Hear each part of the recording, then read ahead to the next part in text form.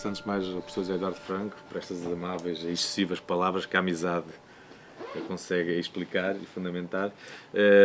E para mim também é uma honra estar aqui. Agradeço o convite que o CLEPU me fez a integrar este maravilhoso, único e original centro de investigação no nosso país. É com grande orgulho e com grande alegria e, sobretudo, com uma grande honra que eu usufruo desse privilégio. Realmente, o tema que eu vou apresentar hoje decorre de uma dissertação de mestrado, feita há 10 anos atrás, exatamente em 2004. Obviamente eu vou tentar apresentar um esquema muito leve do que foi a tese de mestrado. Também ela em si é muito simples, é muito despreconceituosa. O tema surgiu num seminário de mestrado exatamente sobre a temática de tempo e narrativa em Paul Ricoeur. Eu gostei muito da apresentação que foi feita desse seminário, achei o tema muito interessante, o tema do tempo, porque é um tema que nos inquieta a todos, e pode vir da filosofia, como pode vir da literatura, da narrativa, da parte da poética, lírica. De facto, é um tema que nos inquieta e que se tem feito, que se tem exteriorizado ao longo da história das artes e da cultura. A compreensão do tempo, o que é o tempo, porque é que nós somos seres finitos, porque é que não conseguimos dominar o tempo existe ou não existe, e portanto eu achei... Extraordinário. Então, vai ser nós estamos a planear fazer um grande congresso sobre o tempo, em 2018. Então é sobre isso que eu vou falar. Claro que depois a ideia, eu gostei tanto do tempo, gostei muito do tempo e gostei muito do tema da narrativa, porque sempre gostei de estudos literários. E o facto deste autor, Paul Ricoeur, ter conseguido conciliar o tempo e os estudos literários e a narrativa, entusiasmou-me bastante. E depois havia uma outra característica que eu gostava muito, que era a forma como ele aproveitou os clássicos. Aquela ideia da perenidade da cultura clássica, a mim, como eu sou de clássicas, para mim foi sempre uma bandeira, é sempre o lema, a divisa de vida, a perenidade da cultura clássica. A perenidade passa por ver como é que os contemporâneos releem e reaproveitam os clássicos. E foi exatamente o que o Paul Ricoeur fez para construir esta sua tese do tempo e narrativa. Fez uma leitura original e sagaz e muito pertinente, quer das Confissões de Santo Agostinho, quer da Poética de Aristóteles, cruzando essas duas obras com o seu próprio pensamento, com a sua própria teoria sobre o tempo e a narrativa. E fez um trabalho, construiu uma tese que deu origem a uma trilogia que foi publicada na década de 80, que é Temps et Récit, Tempo e Narrativa, que deu origem a 3 volumes, o primeiro que saiu em 83, o segundo em 84 e o terceiro em 85. E que, de facto, é uma das grandes obras de pensamento europeu dos finais do século XX. Como é que Ricoeur chega a esta questão do tempo? Da mesma forma como nós lá chegamos, a inquietação de saber o que é o tempo. Porque o tempo, a nossa experiência, a nossa intuição e a nossa linguagem em si atestam a existência do tempo. Mas quando tentamos argumentar ou filosofar sobre o tempo, ou quando procuramos construir uma teoria sobre o tempo, não conseguimos. E é essa mesma perplexidade que demonstrou Santo Agostinho nas Confissões. Se me perguntarem o que é o tempo, se me disserem, eu sei o que é o tempo, desde que não me perguntem o que é o tempo. Mas já lá vamos. Então como é que Paul Ricoeur lá chega? O Ricoeur chega ao tempo por via da narrativa, por intermédio da narrativa. Quando achou que havia uma conexão significativa entre a função narrativa e a experiência humana de tempo. E isto aqui é original. Porque Santo Agostinho, de facto, fala da recitação de um salmo, mas não consegue extrapolar para a dimensão da narrativa. E Ricoeur aventa uma hipótese, e é sobre essa hipótese que ele quer trabalhar, que é imaginar, confirmar, tentar atestar se a narrativa, o récit, pode ou não ser o guardião do tempo. Daí o título desta comunicação. Narrativa é guardiã do tempo. Como? Na medida em que não existiria tempo pensado se não for narrado. Não se pode pensar o tempo sem se narrar. É essa a hipótese de base. Ou seja, para ele, pensar a dimensão temporal humana não é possível sem narrativa, sem narração. Seja as histórias de vida, seja a literatura, seja a história dita história científica. E essa é a hipótese de base dele que ele vai trabalhar e que dará depois origem àquela trilogia, embora já tenha havido escritos anteriores, chamados Greek Lectures, que ele deu na América, que foram traduzidas para francês, e que foi a matéria-prima sobre a qual ele trabalhou. Portanto, Na minha tese de mestrado, obviamente que eu não quis fazer uma paráfrase só sobre da tese de Paulo Ricoeur, seria muito pouco. E a ideia era não só demonstrar a perenidade da cultura clássica, ver como é que um autor contemporâneo aproveita o pensamento clássico de uma forma nova e original, mas também alargar e aprofundar a própria tese de Paulo Ricoeur. Para quê? Para torná-la mais legível para o leitor comum. De forma que um leitor possa pegar neste assunto e mesmo sem ler e percebê-lo de forma simples, com uma linguagem simples. E por isso tive que acrescentar dados. Tive que começar por ir lá atrás às primeiras teorias sobre o tempo. Paulo Ricoeur começa em Aristóteles. Eu fui buscar outras teorias sobre o tempo, anteriores a Aristóteles. E comecei pela Platão, que é fundamental. É a primeira... Os pré-socráticos já se debateram sobre a questão do tempo, mas a primeira grande reflexão sobre o tempo começa em Platão, no diálogo Timeu. Mas está ainda envolvido e imbricado na dimensão mitológica. É um mito, o mito de Timeu. E aí eu não vou demorar muito sobre isso, não vou alongar, se quiserem depois podem ler. De facto, a teoria de Platão é que o tempo é uma imagem em movimento da eternidade. E esse tempo na eternidade é o aion. Todos nós sabemos todos que o Platão, até pelo mito da caverna, dividiu o tempo em hiper-Urano, supra-Urano e infra-Urano. Portanto, o tempo das ideias, o mundo das ideias, o mundo das formas e o nosso mundo, que é o mundo das cópias, o mundo sensível. E ele diz que o tempo é uma imagem em movimento, no fundo, apelando já ao movimento dos astros, não é? Sempre em movimento, e perene, do aion, que é o tempo da eternidade, o tempo hiper-Urano, o tempo em que as coisas não mudam, o tempo imutável. E o nosso seria um tempo de dissolução, nascimento e dissolução. No fundo, o nosso tempo seria sempre um tempo inferior, um tempo carente ontologicamente. Isto é importante ir a Platão, porquê? Porque Santo Agostinho é um neoplatónico. E ele, no fundo, vai adaptar esta teoria ao cristianismo, ao confronto entre a eternidade de Deus, a eternidade do céu e a temporalidade humana. Outro grande pensador que refletiu sobre o tempo foi Aristóteles. E Aristóteles, na física, tem uma concepção de tempo que diverge completamente da de Platão. Porquê? Porque enquanto para Platão o tempo era visto do ponto de vista de mito, um ponto de vista mítico, para Aristóteles é já uma reflexão sobre física mesmo, ciência, tempo enquanto ciência. É a primeira grande reflexão despojada de qualquer simbolismo mitológico. É uma pura visão científica, física. E então ele desenvolve toda uma teoria que demonstra, onde tenta demonstrar, no livro 4 da Física, que o tempo é algo do movimento. Está relacionado com o movimento circular, neste caso do Sol, estamos num período pré-galileico, pré-copernicano, mas o movimento regular dos astros, não podemos esquecer que para os gregos era muito importante o movimento cíclico da natureza, de que Hannah Arendt sobre o qual Hannah Arendt reflete muito, tem a ver com a imutabilidade, com a circularidade de tudo e com o eterno devir. Aristóteles diz, mesmo que o tempo não seja o movimento não é o movimento, mas é a numeração do movimento entre o antes e o depois. É algo dessa extensão desse movimento. É, no fundo, a quantificação do movimento dos astros. No fundo, há aqui já claramente uma identificação com o tempo visto do ponto de vista cosmológico.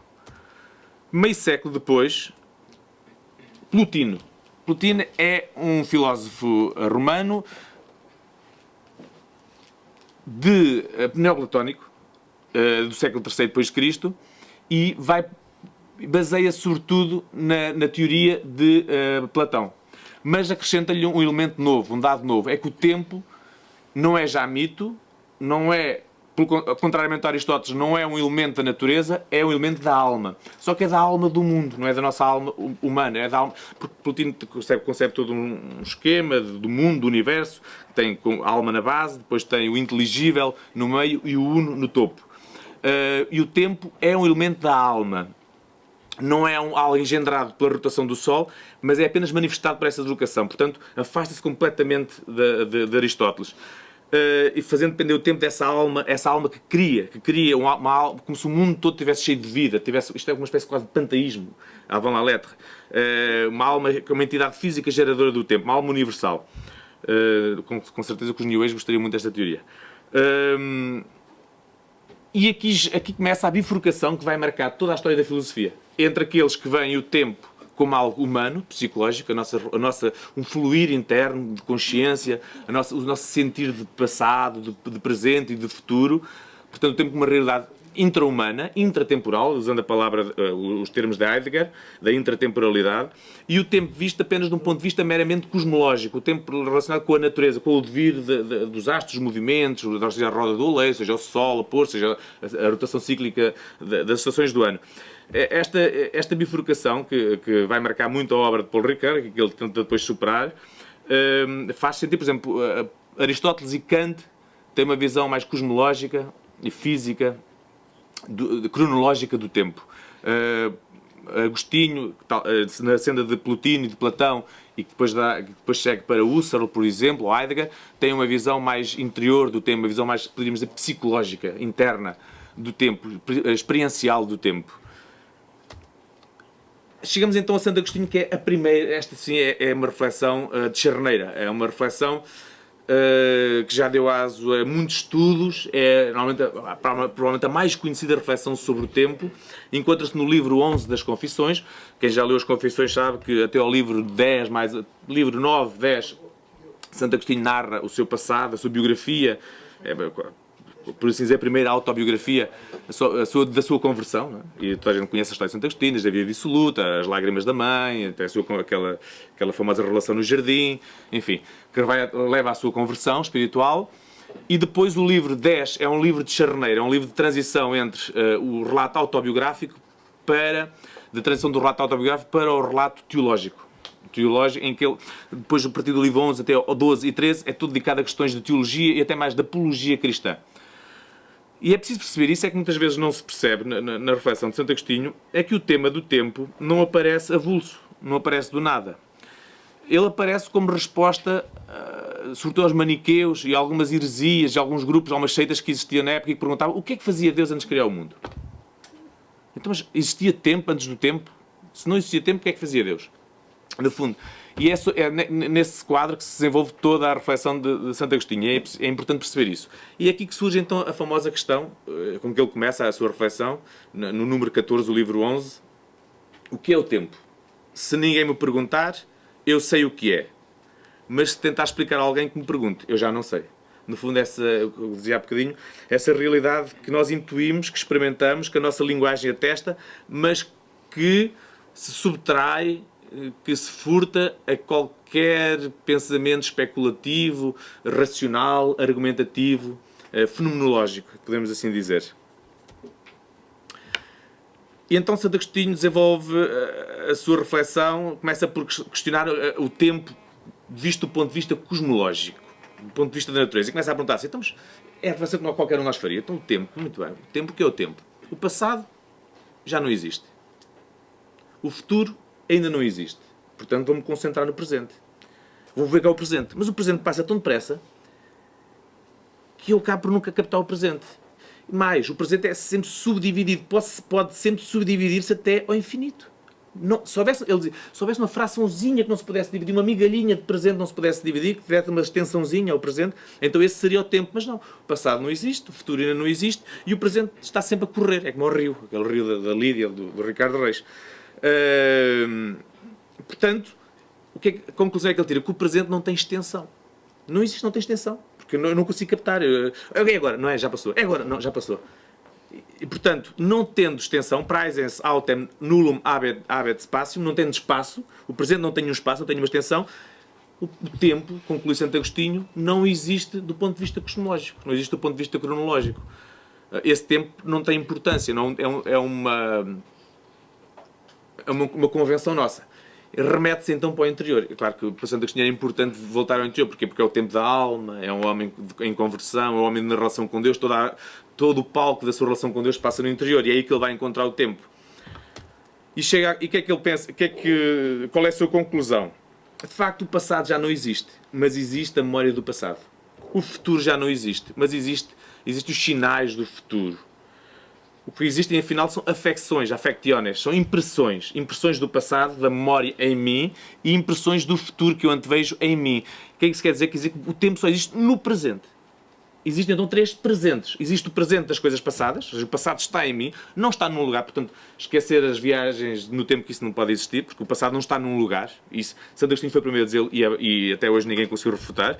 Portanto, o passado, o que passou, não está no lugar até em contínua transformação. Portanto, as viagens ao futuro, o regresso ao futuro, esqueçam, porque nunca poderá realizar-se, nem ao futuro nem ao passado. Uma vez que o que aconteceu, desapareceu. Não há mais passado a realizar-se. Mas o futuro também não. Também ainda não se realizou, nem há um espaço, nem há um tempo onde o futuro esteja a acontecer. Portanto, vocês não existem no futuro, existem agora. Não há um Martinho daqui a 20 anos, não posso ir visitá-lo agora, porque ele ainda não existe. Então o que é que existe? Existem as impressões do passado no presente, existem as impressões do futuro no presente também. Existem 3 presentes. O presente do passado, que está agora, o presente atual e o presente do futuro.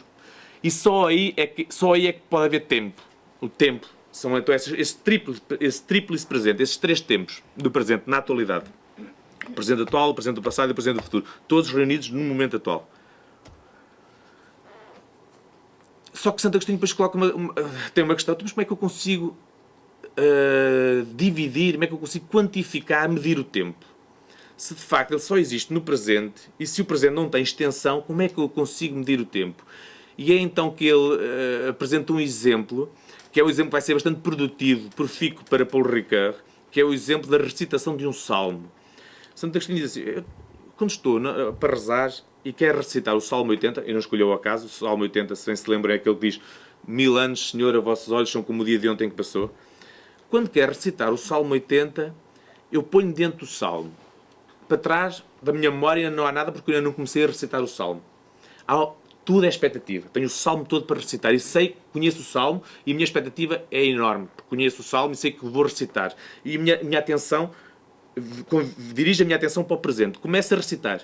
À medida que eu começo a recitar, aquilo que era expectativa vai diminuindo e vai passando pela minha atenção presente e vai ocupando o espaço do passado, da minha memória. A expectativa vai diminuindo, a memória vai aumentando, até que acabe de recitar o Salmo. E então há 3 movimentos. Há o movimento de atenção ao presente, há o movimento de intenção para o futuro, para a recitação do Salmo, e há um movimento de intenção para o passado, para a memória. E a nossa alma, diz ele, e aqui a alma podemos dizer, hoje em dia diríamos sistema psicológico, a nossa psicologia, a nossa mente, para ser mais fácil, para usar o linguagem atual, a nossa mente concentra-se nestes 3 momentos. O momento virado para o futuro, e nós atualmente estamos a fazer isso, estão na expectativa, já gravaram o que eu disse, algumas das coisas do que eu disse, estão na expectativa do que eu vou dizer a seguir, estão com atenção ao que estou a dizer agora. Portanto, a nossa alma está distendida em três sentidos, futuro, presente e passado. Só que Santo Agostinho depois cria aqui uma tensão, a tensão entre a intentio animi e a distentio animi, ou seja, a intenção da alma e a distensão da alma. O que é que significa? Ao mesmo tempo que a alma está, ou a mente está concentrada na recitação do Salmo, e na passagem do Salmo, e na memória do Salmo, a própria alma está a passar. Enquanto estou aqui, estou concentrado naquilo que vou dizer a seguir, lembro-me do que disse anteriormente, mas eu estou a durar, eu estou a passar, estou a envelhecer.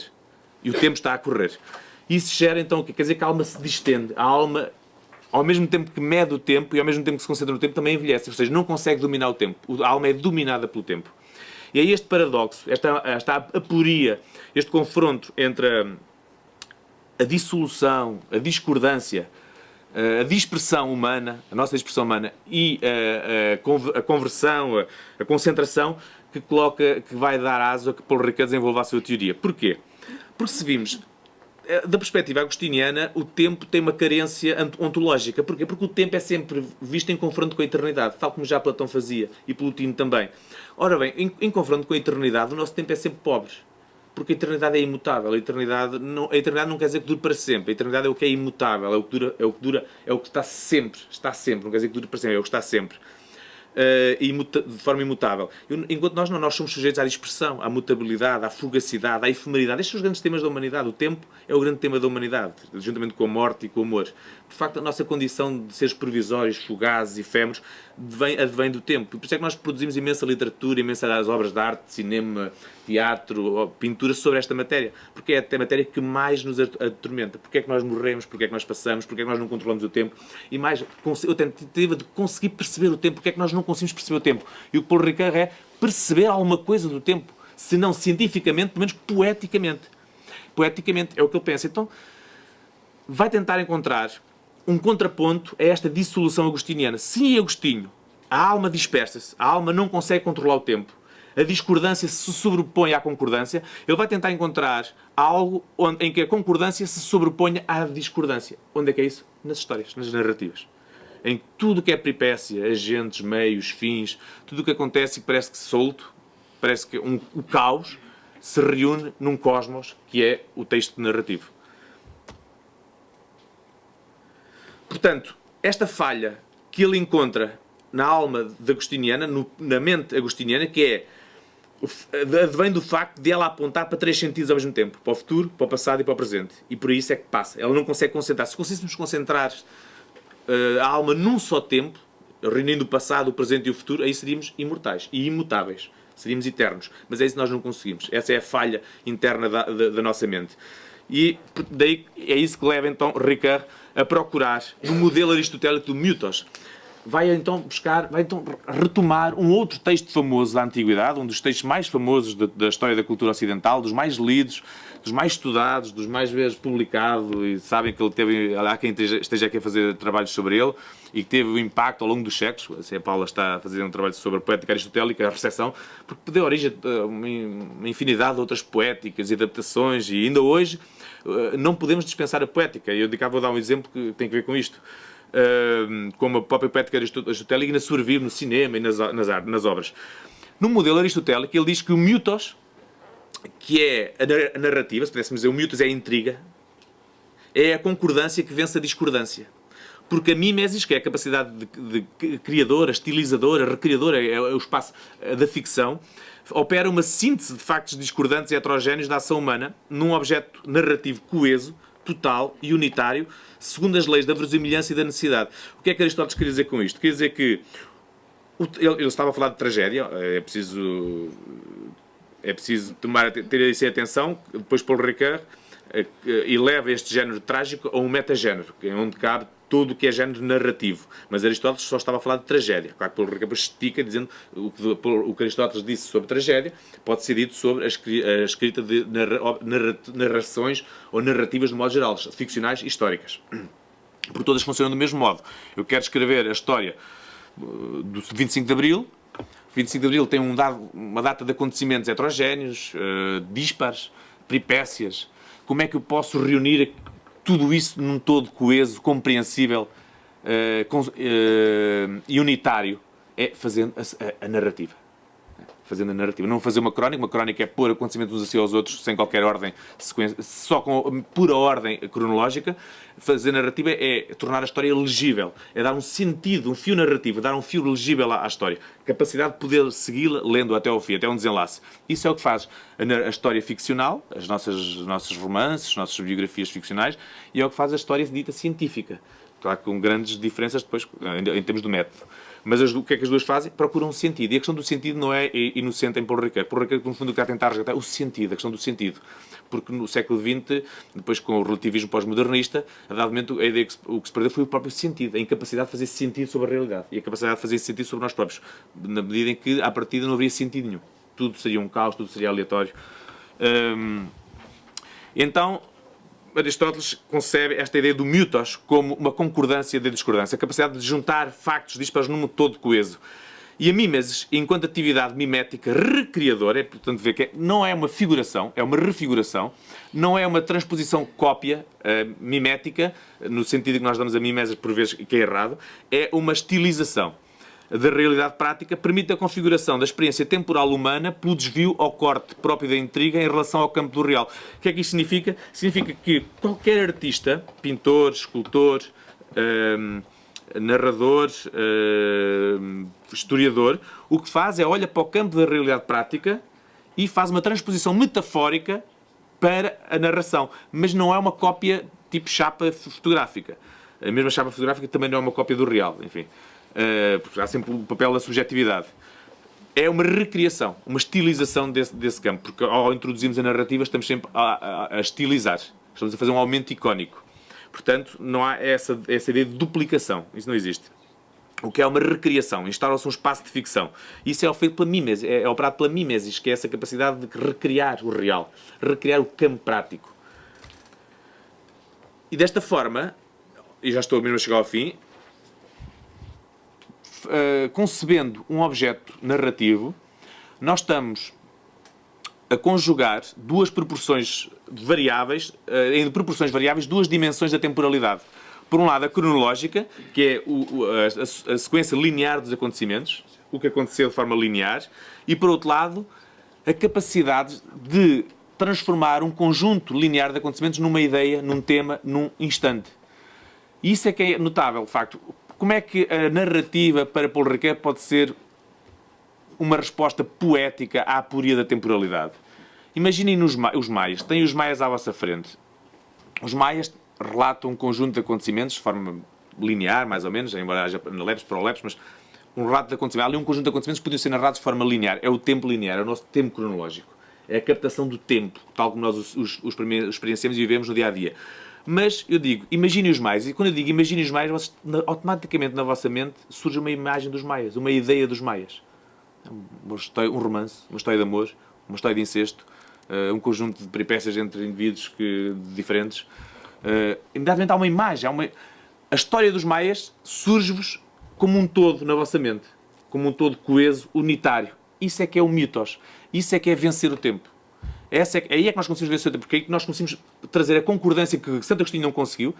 Para Santo Agostinho a alma dispersava-se, perdia-se, distendia-se ao medir o tempo. Na narrativa é ao contrário, opera-se o contrário, o movimento oposto. Com a narrativa eu consigo congregar, consigo conciliar, consigo fazer uma síntese do heterogéneo, consigo impor sobre a dispersão uma ordem. É o cosmos sobre o caos narrativo sobre o caos do dia, o caos cotidiano.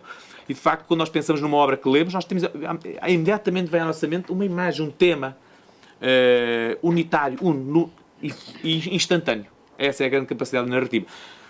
Isto explica, o tempo não explica, é uma resposta poética. É a aporia agostiniana, uma resposta poética à aporia agostiniana, é uma forma de tentarmos perceber o tempo, tentarmos ter uma imagem do tempo.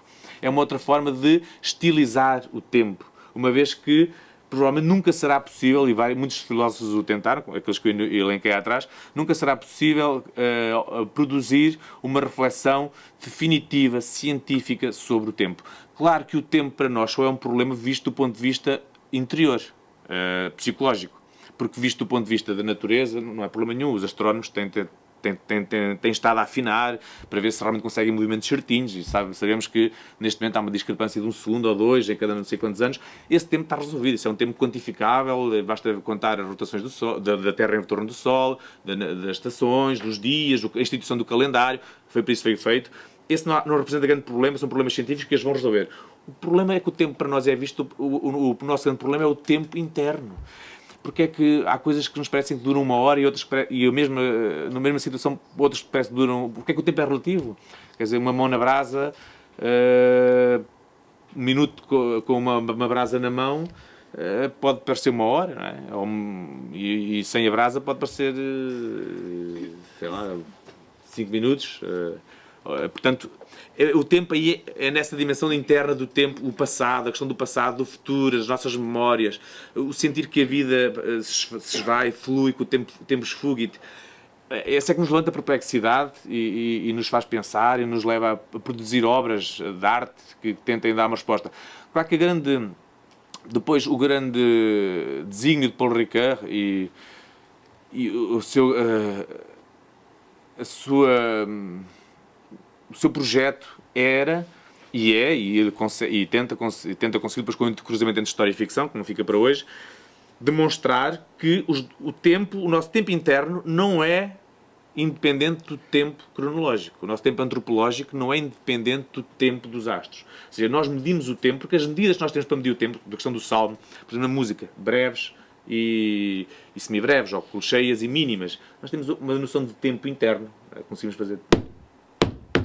e conseguir mais ou menos marcar os tempos de forma interior. Mas essa dimensão temporal não é inata em nós. Nós vamos buscá-la ao próprio tempo. Aprendemos do próprio tempo cronológico. Ou seja, é possível, e é isso que Paul Ricoeur tenta demonstrar, e não vou aprofundar isso hoje porque não há tempo, é que os dois tempos são inextricáveis. Não se podem separar. O que fizeram os outros filósofos, uns seguirem uma linha mais cosmológica, outros seguirem uma linha mais psicológica, não se pode fazer, porque os dois tempos estão intrinsecamente ligados. Nós não sabemos como, não sabemos explicá-lo. Esse continua a ser o grande enigma do tempo. Não sabemos porque é que a nossa vivência interior do tempo, porque é que a nossa vivência interior do tempo tem que ver com o tempo que nós instituímos a partir da rotação dos astros, do tempo cosmológico. Mas tem. E, claro, imagina, por exemplo, a história. Quem quer escrever história não pode dispensar o tempo cronológico. Por isso é que nós criamos o calendário.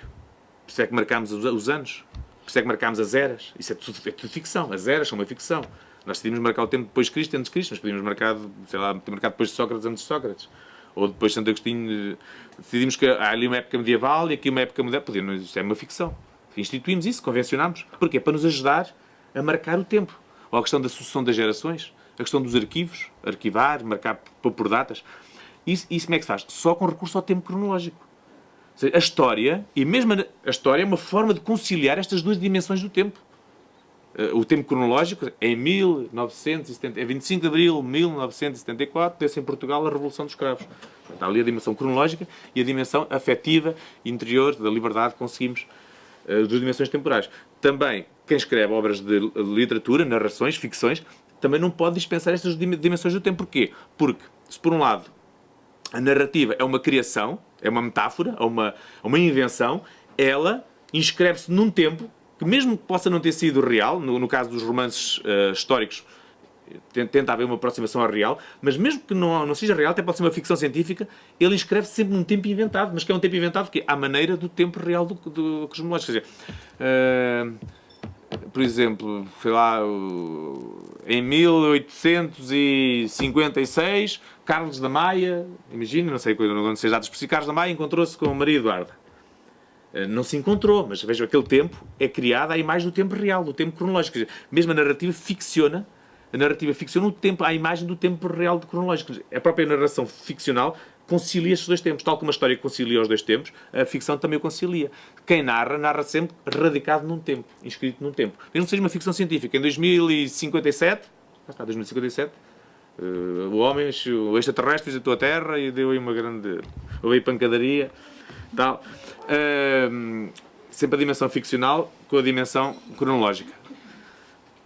Basicamente, em traços gerais, não vou prolongar muito mais, havia aqui na questão da tríplice mimese, que a Helena sabe muito bem, que também foi da tese de mestrado dela, os três mimeses, que depois, claro, eu estou a apresentar isto muito, de forma muito esquemática, não só por limitações de tempo cronológico, mas também porque sinto que o tempo psicológico possa já estar muito mais do que aquilo que na realidade foi no cronológico. A vossa sensação de tempo, eu provavelmente gastei meia hora, mas para muitos de vocês, calhar, gastei 1 hora ou 1h30, e isto são as dimensões do tempo. E para outros, se calhar, por exemplo, para a Helena que gosta deste assunto e que estudou este assunto, se calhar gastei apenas 5 minutos. Estão a ver?